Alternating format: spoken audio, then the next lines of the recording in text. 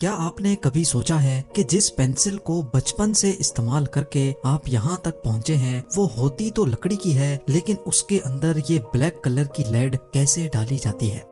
या फिर गाड़ी में लगे एयर बैग्स जो रोजाना हजारों लोगों की जान बचाते हैं, वो एक्सीडेंट के वक्त इतना जल्दी कैसे फूल जाते हैं। और सबसे बढ़कर ये कि इतिहास का सबसे पहला एयर बैग कब और क्यों बनाया गया था।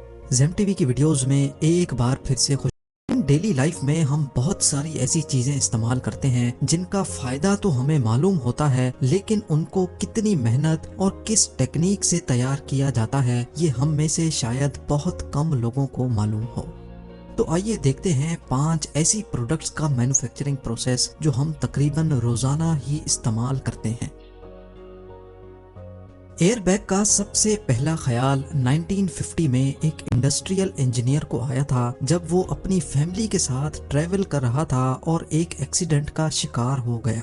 उस हादसे में सबकी जान तो बच गई, लेकिन इस वाक़े ने उस इंजीनियर को एयरबैग बनाने का आइडिया दिया। 2 सालों के बाद उसने एक ऐसा एयरबैग बनाया जिसमें कंप्रेस्ड एयर के सिलेंडर की मदद से हवा भरती थी, लेकिन मसला ये था कि इस प्रोसेस में काफी टाइम लगता था और हादसे के वक्त टाइम ही तो बहुत कम होता है। अगले कई सालों तक इस मसले का कोई खास सॉल्यूशन ना निकल सका, लेकिन फिर 1967 में एक अमेरिकन इंजीनियर को आइडिया आया। उसने एयरबैग को एक केमिकल एक्सप्लोसिव से पैदा होने वाली गैस से भरने का फैसला किया। एयरबैग के अंदर मौजूद केमिकल सोडियम एजाइड होता है, जिसको गाड़ी में लगा क्रैश सेंसर एक्सीडेंट के वक्त एक इलेक्ट्रिकल सिग्नल देता है। इलेक्ट्रिकल सिग्नल से इस केमिकल में एक धमाका होता है, जिससे नाइट्रोजन गैस रिलीज होती है और वो एयरबैग को फौरन फूला देती है। क्रैश होने से लेकर एयरबैग के फूलने तक हैरत अंगेज तौर पे सिर्फ 20 मिली सेकेंड्स का टाइम लगता है, यानी जितना टाइम पलक झपकने में लगता है उतने टाइम में एयरबैग 5 मर्तबा फूल सकता है। एयरबैग का मटेरियल भी काफी खास होता है, जिसको 1 पीस में बनाया जाता है। दूसरे फैब्रिक्स के मुकाबले में ये मटेरियल काफी मोटा रखा जाता है।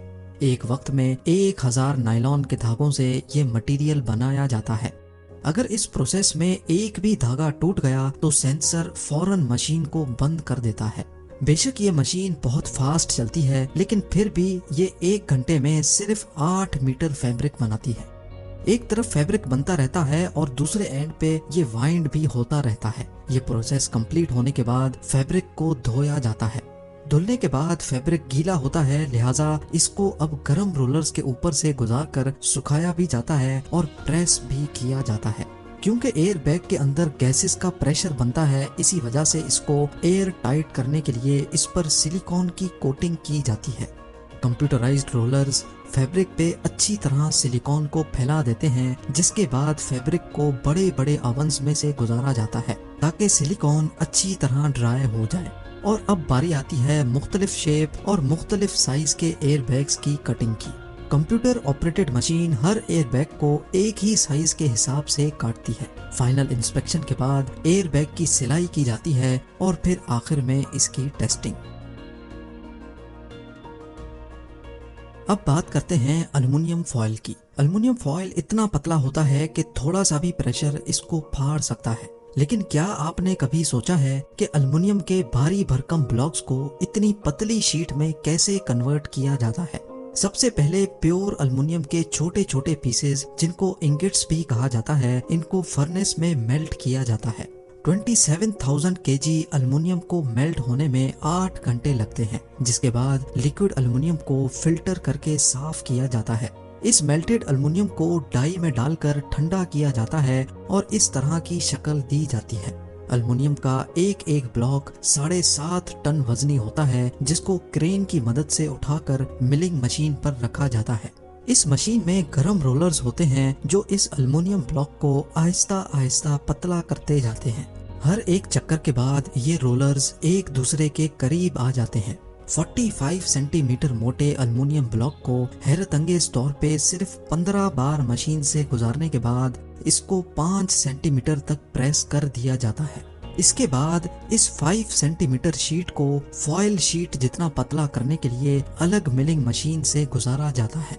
अब एल्युमिनियम फॉयल इतना पतला हो जाता है कि इसकी साइड्स डैमेज हो जाती हैं। लेकिन एक कटर ब्लेड की मदद से इसको अलग अलग साइज में काटा भी जाता है और इसकी डैमेज हुई हुई साइड्स को काट कर अलग कर दिया जाता है। मशीन के दूसरे एंड पे फिनिश्ड प्रोडक्ट यानी अल्युमिनियम फॉयल के रोल वाइंड होते जाते हैं, जो अब इस्तेमाल के लिए बिल्कुल तैयार हैं। आइए अब जानते हैं बुलेट प्रूफ ग्लास के मैन्युफैक्चरिंग प्रोसेस के बारे में। एक 9mm बुलेट इतनी पावरफुल होती है कि वो स्टील की मोटी प्लेट में ही आर पार सुराख कर देती है, तो आखिर वो बुलेट प्रूफ ग्लास में सुराख क्यों नहीं कर पाती? बुलेट प्रूफ ग्लास में ऐसी क्या खास बात होती है जिससे बुलेट इसको क्रॉस नहीं कर सकती? सबसे पहले एक नॉर्मल ग्लास को ओवन में डालकर बेंड किया जाता है, क्योंकि बेंट ग्लास एक सीधे या स्ट्रेट ग्लास के मुकाबले में ज्यादा स्ट्रॉन्ग होता है। उसके बाद 4 बेंट ग्लास को एक दूसरे के ऊपर रखा जाता है, लेकिन उनके बीच में पीवीबी की एक शीट डाली जाती है। ये खास शीट ना सिर्फ इन ग्लास को आपस में जोड़ कर रखती है, बल्कि ये इन ग्लास को ठोस भी बना देती है। 4 बेंट ग्लास और 3 पीवीबी शीट्स के इस सैंडविच की साइडों को टेप करके इसके ऊपर प्लास्टिक शीट चढ़ाई जाती है, जिसको अच्छी तरह एयर टाइट कर दिया जाता है। अब बारी आती है इसमें से हवा निकालने की। एक वैक्यूम पंप की मदद से इस प्लास्टिक रैप के अंदर से सारी हवा निकाल दी जाती है और फिर इसको एक बड़े कंटेनर में डाल दिया जाता है। इस कंटेनर में हवा का दबाव हमारे एटमॉस्फेयर से 10 गुना ज्यादा होता है और इसका टेम्परेचर 278 डिग्री सेल्सियस रखा जाता है। ये गर्माइश और प्रेशर पीवीबी और ग्लास को एक दूसरे के साथ फ्यूज कर देता है। जो पहले 4 ग्लास और 3 पीवीबी शीट्स थी, वो अब सब फ्यूज होकर एक यूनिट बन जाती हैं और अब ये single sheet bullet proof glass कहलाती है। बुलेट प्रूफ ग्लास पे अगर 9mm बुलेट से टेस्ट किया जाए तो शुरू की लेयर्स गोली की एनर्जी को पूरे ग्लास पे फैला देती हैं और बीच वाली पीवीबी शीट गोली को रोक लेती है, जबकि सबसे आखिर वाली ग्लास शीट तक बुलेट पहुंच ही नहीं पाती। अब बात करते हैं पेंसिल्स के बारे में, जिसको अक्सर लेड पेंसिल भी कहा जाता है। असल में इसके अंदर लेड नहीं होता, बल्कि ये ग्रेफाइट होता है जो कागज पे अपना ब्लैक इमेज छोड़ देता है। इतिहास में पहली पेंसिल ईयर 1630 में बनाई गई थी। क्योंकि ग्रेफाइट और लेड देखने में लगभग एक जैसे ही लगते हैं, इसी वजह से पहले लोग समझते थे कि पेंसिल में लेड डाला जाता है। ये कंफ्यूजन ईयर 1789 में क्लियर हो गई, लेकिन अभी तक अक्सर लोग पेंसिल को लेड पेंसिल ही कहते हैं। जिस तरह पेंसिल की हिस्ट्री बहुत इंटरेस्टिंग है, इसी तरह इसका मैन्युफैक्चरिंग प्रोसेस भी। सबसे पहले ग्रेफाइट और क्ले का मिक्सचर बनाया जाता है। ये क्ले जब सॉफ्ट ही होती है तो इसको प्रेशर की मदद से लेड की साइज के सुराखों से गुजारा जाता है। इस मशीन की मदद से बिल्कुल एक ही साइज की लेड्स निकलती जाती हैं। इन लेड्स को इकट्ठा करके ओवन में रख दिया जाता है ताकि ये ठोस हो जाए। कलर पेंसिल की लेड्स बनाने के लिए भी सेम प्रोसेस ही होता है, लेकिन सिर्फ उसमें ग्रेफाइट की जगह क्ले और कलर का इस्तेमाल किया जाता है। इसी वजह से नॉर्मली कलर पेंसिल की लेड्स मोटी भी रखी जाती हैं, क्योंकि वो आसानी से टूट जाती हैं। लेड्स बनाने के बाद अब बारी आती है पेंसिल बनाने की। 10 mm की वुडन शीट्स पर मशीन की मदद से लेड की साइज जितनी नालियां बनाई जाती हैं। उसके बाद इन नालियों में इन लाइंस में ग्लू लगाई जाती है और फिर इसमें लेड्स को बिठाकर उसके ऊपर लकड़ी की शीट को रखा जाता है। अब इनको एक बड़े व्हील में डालकर अच्छी तरह सुखाया जाता है ताकि सैंडविच और लेड्स अच्छी तरह मजबूत हो जाएं।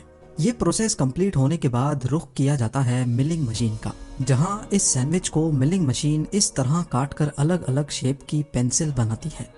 इसके बाद इन पेंसिल्स को कलर किया जाता है और फिर कलर हो जाते ही एक मशीन इस पे स्टैंप लगाती जाती है। इस सारे प्रोसेस में क्वालिटी का खास ख्याल रखा जाता है, जिसमें लेड्स का स्ट्रेस टेस्ट भी किया जाता है और एंड में पेंसिल्स को शार्प करके पैक कर दिया जाता है। अब बात करते हैं हमारी डेली लाइफ की सबसे इम्पोर्टेंट चीज यानी चीनी की। गन्ने के जूस में से ये प्योर व्हाइट शुगर क्रिस्टल्स कैसे बनते हैं, इनके पीछे भी बड़ी साइंस है। सबसे पहले गन्ना ट्रक्स में लोड होकर शुगर मिल तक आता है, जहां इसको काट कर कई बार धोया जाता है। इसके बाद एक क्रशर की मदद से गन्ने को क्रश किया जाता है और इसमें से जूस निकाला जाता है। शुगर केन के इस जूस में अभी काफी सारी इम्प्योरिटीज बाकी होती हैं, जैसा कि मिट्टी, पत्थर या फिर रेत के रेजे। अब बारी होती है इसको फिल्टर करने की। इसके लिए जूस को बॉईल किया जाता है और इसको लाइम के सॉल्यूशन में मिक्स किया जाता है। 6 घंटे मिक्स करने के बाद जूस का कलर ब्राउन से येलो हो जाता है और इस दौरान इसका पीएच लेवल भी नॉर्मल हो जाता है। अब इस जूस को 2 घंटे के लिए एक टैंक में डाला जाता है जहां इसके अंदर मौजूद सारी इम्प्योरिटीज, रेत, मिट्टी या पत्थर के जर्रे जूस से अलग हो जाते हैं और बॉटम पे जमा हो जाते हैं। अब इस साफ जूस को निकाल लिया जाता है, जबकि बच जाने वाला कचरा कोई कचरा नहीं बल्कि ये खाद के तौर पे इस्तेमाल किया जाता है। जूस अब बड़े बड़े बॉयलर्स में चला जाता है जहां उसको इतना ज्यादा बॉयल किया जाता है कि जूस में से पानी एवोपरेट हो जाए और पीछे इस किस्म की थिक पेस्ट बच जाए।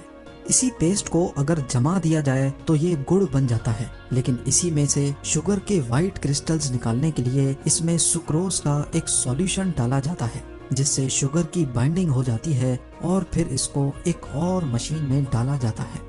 ये मशीन किसी वॉशिंग मशीन की तरह काम करती है। जैसे वॉशिंग मशीन के टब में सुराख होते हैं और वो तेज घूमकर कपड़ों में से पानी को निकाल देती है, ठीक इसी तरह से ये मशीन भी काम करती है। इस प्रोसेस को सेंट्रीफ्यूज कहा जाता है।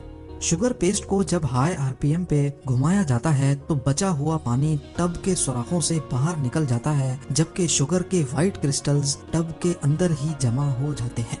लेकिन शुगर के इन क्रिस्टल्स में अभी ह्यूमिडिटी काफी ज्यादा होती है, इसी वजह से इसको सूखने के लिए गर्म हवा से गुजारा जाता है जिससे शुगर का ह्यूमिडिटी लेवल ड्रॉप हो जाता है। अब शुगर पैकिंग के लिए बिल्कुल तैयार है। पैकिंग मशीन की मदद से एक एक दिन में 2 लाख से ज्यादा पैकेट्स बनाए जा सकते हैं। आज का टॉपिक आपको कैसा लगा, इसके बारे में मुझे कमेंट सेक्शन में जरूर बताइएगा। उम्मीद है जेम टीवी की ये वीडियो भी आप लोग भरपूर लाइक और शेयर करेंगे। आप लोगों के प्यार भरे कमेंट्स का बेहद शुक्रिया। मिलते हैं अगली शानदार वीडियो में।